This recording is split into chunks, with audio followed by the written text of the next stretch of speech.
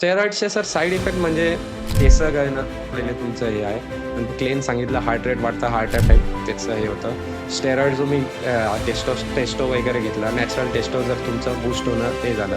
म्हणजे टेस्टोस्टेरॉन हा male hormone आहे. हा मेल हार्मोन म्हणजे नॉर्मली आपली बॉडी जर तुमचं 2-4 करत असेल तर ते डायरेक्ट 200 mg 300 mg आपण बॉडीमध्ये टाकतो. तर तुम्ही ते बघणार त्याचं एवढं तुम्हाला त्रास होणार. नंतर मग तुम्हाला रिप्रोडक्शन सिस्टममध्ये याच्यामध्ये तो त्रास होणारच, इनडायरेक्टली होणार पण होणारच. तर ते प्रत्येक सगळं तुम्हाला हार्मोनल चेंजेस झाल्यावर परत तसं. आणि ते बोलतात का माहिती आहे, स्टेरॉइड सायकल घेतल्यानंतर ती फ्लश आउट पण होते.